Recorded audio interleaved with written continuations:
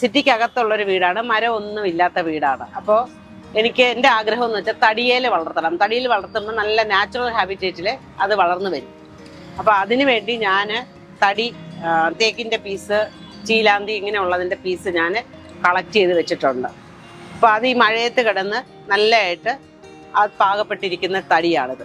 അപ്പോൾ അതിനകത്തോട്ട് ഈ പ്ലാന്റ് എടുത്തിട്ട് ഈ തൊണ്ട് ഇങ്ങനെ വെച്ചിട്ട് ഇങ്ങനെ വെച്ച് പിടിപ്പിക്കാൻ ഇച്ചിരി പ്രയാസമാണ്.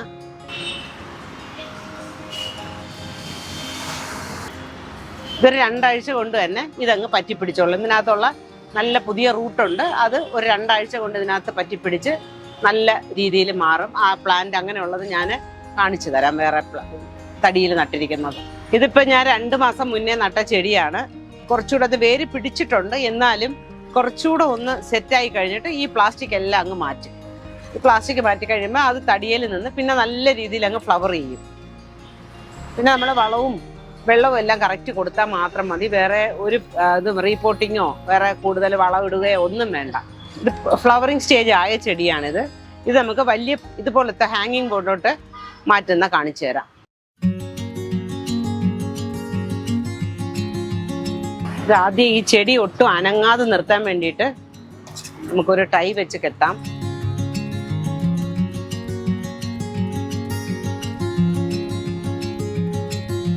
ഇത് അനങ്ങിയാൽ അത് വേര് പിടിക്കാൻ താമസിക്കും. ഇനി തെർമോക്കോളും കരിയും ഇട്ട് കൊടുത്താൽ മതി. ഒരുപാട് തിങ്ങി നിറയ്ക്കണമെന്നില്ല, അതിന് നല്ല എയർ സർക്കുലേഷൻ കൊടുത്ത് വേണം കരിയും തെർമോക്കോളും നമ്മൾ ഇട്ട് കൊടുക്കാനായിട്ട്.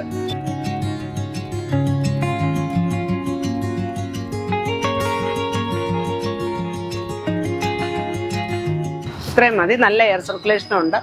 നല്ല രീതിയിൽ അത് ഒരു 2 ആഴ്ചക്കകത്ത് തന്നെ നല്ല റൂട്ട് വെളിയിലോട്ട് വരുന്നത് നമുക്ക് കാണാൻ പറ്റും. ഇത് ഞാൻ ഓൺലൈനിൽ വാങ്ങിച്ചതാണ്. വലിയ വിലയില്ല, പക്ഷെ നമുക്ക് നല്ല ഉപകാരമുള്ള ഒരു സാധനമാണിത്. അതിനൊരു ബ്ലേഡും കൂടെ ഉണ്ട്. അത് ഇതിൽ വെച്ചിട്ട് നമ്മൾ കട്ട് ചെയ്തെടുക്കുന്നു.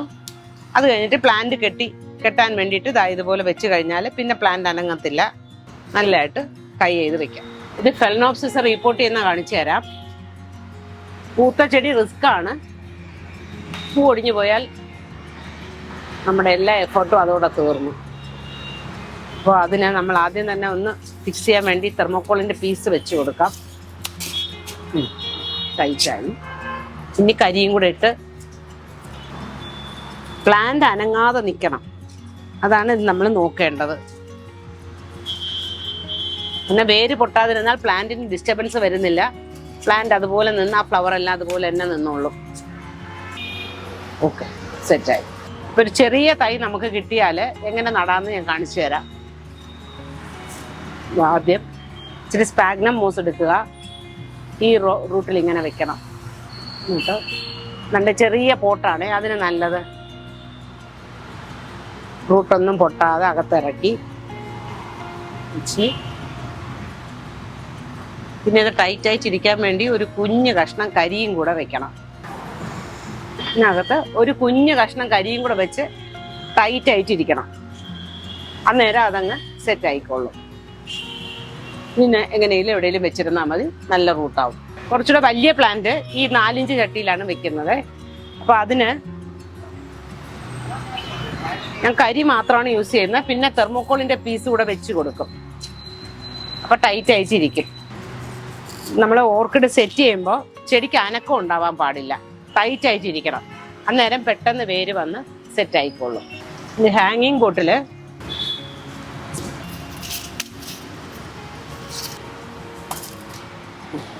ഇങ്ങനെ ഇട്ട് കഴിഞ്ഞാൽ ഇത് അവിടെ ഇരുന്ന് വളർന്ന് പൂത്തോളൂ.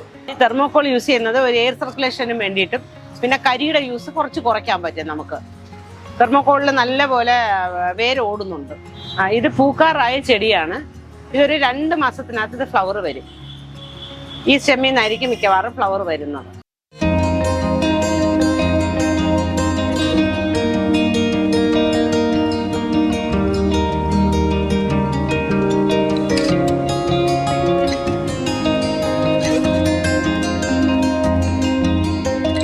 ഇത് കാറ്റ്ലിയ വൈനോട്ട് റെഡ് എന്ന് പറഞ്ഞ വെറൈറ്റിയാണ്. ഇങ്ങനെയല്ല, ബഞ്ചായിട്ട് പൂക്കുന്നതാണ്.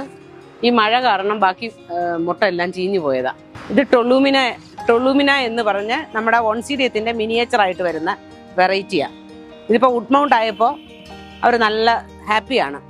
2 സ്പൈക്ക് ഇത് ഫ്ലവർ ചെയ്തു, അടുത്ത 2 സ്പൈക്ക് വരുന്നുണ്ട്.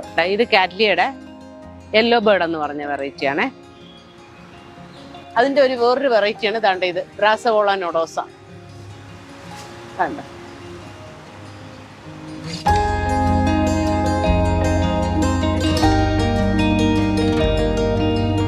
ഇതൊരു ആൻസെപ്സ് എന്ന് പറഞ്ഞൊരു വെറൈറ്റിയാണ്. ഇതിന് ഫ്ലവർ ഒന്നും വലിയ ഭംഗിയുള്ളതല്ല, പക്ഷേ ഇതിന് ഓർണമെന്റൽ വാല്യൂ ആണ് ഇതിനുള്ളത്. ഇത് ഓൺസീഡിയത്തിന്റെ സ്പീഷീസ് ആണ്. ഇപ്പൊ ഫ്ലവർ ഒന്നുമില്ല, പക്ഷെ എന്നും ഫ്ലവർ ഉള്ള ഒരു പ്ലാന്റ് ആണ്. ഇത് വന്നിട്ട് ഇതിന്റെ പേര് വന്നിട്ട് ട്രിനിഗേർട്ട്. ഇത് സിലോജൻ റെച്ചൂസിനി എന്ന് പറഞ്ഞ വെറൈറ്റിയാണ്. ഇതിനകത്ത് നല്ലോണം ഫ്ലവർ ചെയ്യും, ഹാരം പോലെയാണ് ഫ്ലവർ വരുന്നത്. ഇതിനകത്ത് ഭയങ്കര മണമാണ്, ഫ്രാഗ്രന്റ് വെറൈറ്റിയാണ്. ഇത് സിലോജൻ പാൻഡുറേറ്റ എന്ന് പറഞ്ഞ വെറൈറ്റിയാണ്. ഇത് കുറച്ചുകൂടെ കൂടുതൽ ഫ്ലവർ ചെയ്യും. നമുക്ക് സീസണിലാണെങ്കിലും ഒരു 2-3 പ്രാവശ്യം നമുക്ക് ഫ്ലവർ കിട്ടും.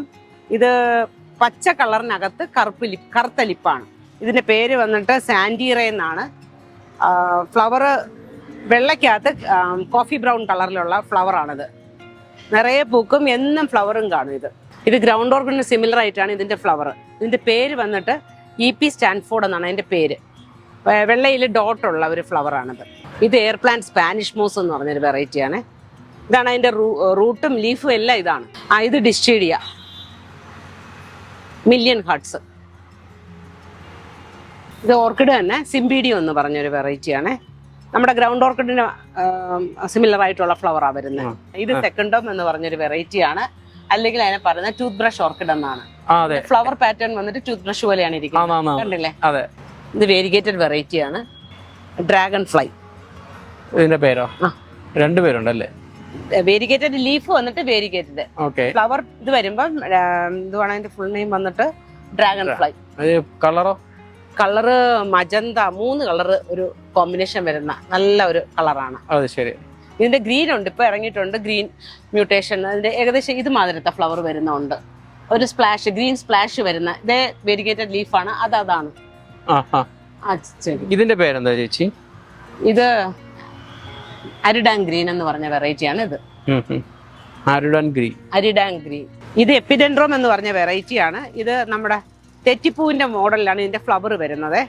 ഇതിന്റെ തൈ വരുന്നത് ഇങ്ങനെയാണ്, ഈ സ്റ്റെമ്മിന്റെ അറ്റത്ത്. ഇതിന്റെ ഒരു 10ഓളം കളർ എൻ്റെ കയ്യിലുണ്ട്. നിറയെ പൂക്കുന്ന വെറൈറ്റിയാണ്. നമ്മുടെ നാട്ടിൽ പണ്ട് നേരത്തെ ഉണ്ടായിരുന്ന ഹോളി ക്രോസ് എന്ന് പറഞ്ഞിട്ട് ഓറഞ്ച് കളറ്. ഇതെല്ലാം ഹൈബ്രിഡ് വെറൈറ്റീസ് ആണ്. ഇത് കാറ്റ്ലിയയാണ്. അതിൻ്റെ ഫ്ലവർ ഇപ്പോൾ ഒരു ഫ്ലവർ കഴിഞ്ഞതേ ഉള്ളൂ.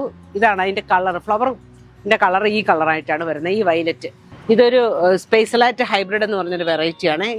ഇപ്പോൾ പൂ കഴിഞ്ഞു, ഇനി അടുത്തത് മൊട്ട് വന്നുകൊണ്ടിരിക്കുവാണ്. കണ്ട ഈ അറ്റത്ത് ഭയങ്കര ലെങ്തി ആയിട്ടുള്ള സ്പൈക്കാണ് ഇതിന്.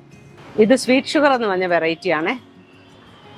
ഇത് മൊക്കാറ എന്ന് പറഞ്ഞ വെറൈറ്റിയാണ്. ഇത് ഗ്രൗണ്ടിൽ നടുന്ന വെറൈറ്റിയാണ്.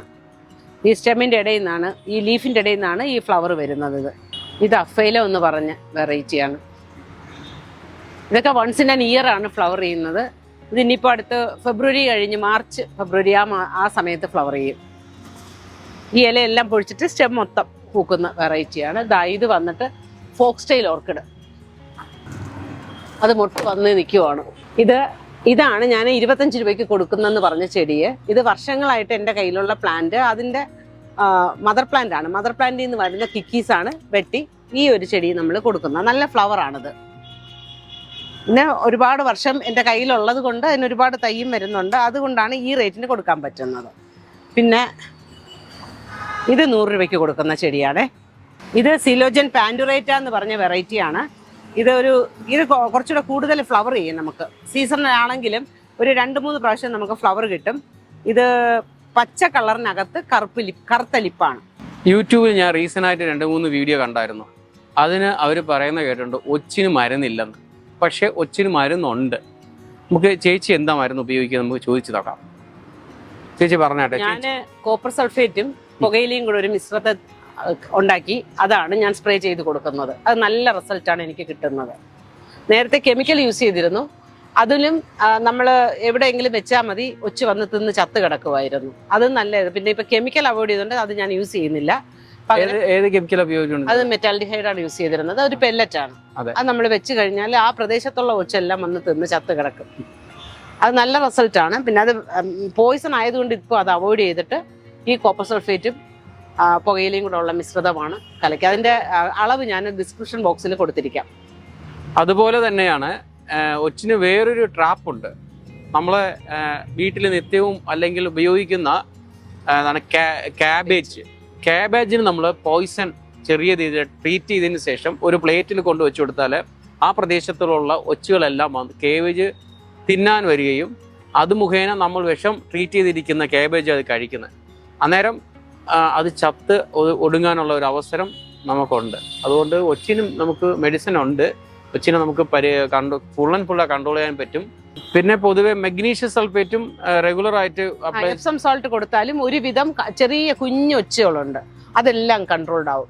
ചെറിയ വളരെ മൈന്യൂട്ട് ആയിട്ടുള്ള ഒച്ച് പല ടൈപ്പിലുള്ള നമ്മളെ പോട്ടിനകത്ത് കാണും. ഈ ചെടി വളർത്താൻ എനിക്ക് സപ്പോർട്ടും എൻ്റെ ബാക്ക് ബോൺ, എൻ്റെ എല്ലാ പ്രചോദനം തരുന്നത് എൻ്റെ ഹസ്ബൻഡാണ്. പിന്നെ മോളും ഉണ്ട്. അവൾ ഇപ്പം ഇങ്ങോട്ട് വന്നിട്ടില്ല, അവളിവിടെ ഉണ്ട്. ഇപ്പം എൻ്റെ ഹസ്ബൻഡാണ് ഇതിനുള്ള എല്ലാ സപ്പോർട്ടും എനിക്ക് തരുന്നത്.